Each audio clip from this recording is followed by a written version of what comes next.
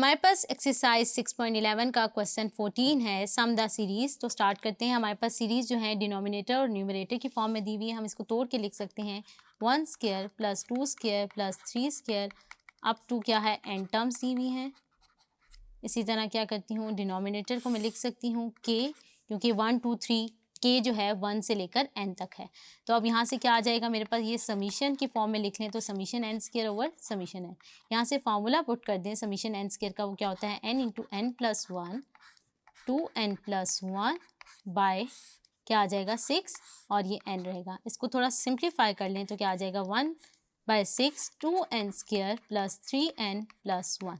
अब मैं करती हूँ let S N denote the sum.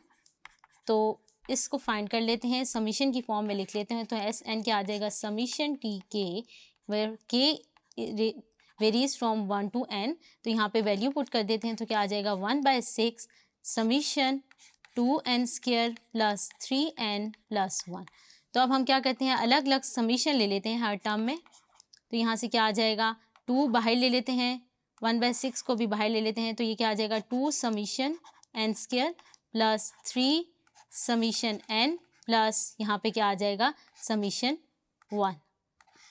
तो अब हम यहाँ पे इसको लिख लेते हैं, फार्मूलाज का इस्तेमाल करते हुए इसको लिख लेते हैं तो हमारे पास क्या रिजल्ट आ जाएगा। अब हम क्या करते हैं, समीशन के जो फार्मूलाज हमने डिस्कस किए थे उनको पुट कर देते हैं तो हमारे पास क्या रिजल्ट आ जाएगा। उसको मैं लिख लेती हूँ 1 बाय 6, यहाँ क्या आ जाएगा 2 समीशन एन स्क्वायर का फार्मूला होता है n into n plus 1 2n plus 1 divided by क्या आ जाएगा मेरे पास 6 प्लस 3 समीशन n का होता है n into n plus 1 divided by 2 और ये क्या आ जाएगा समीशन n।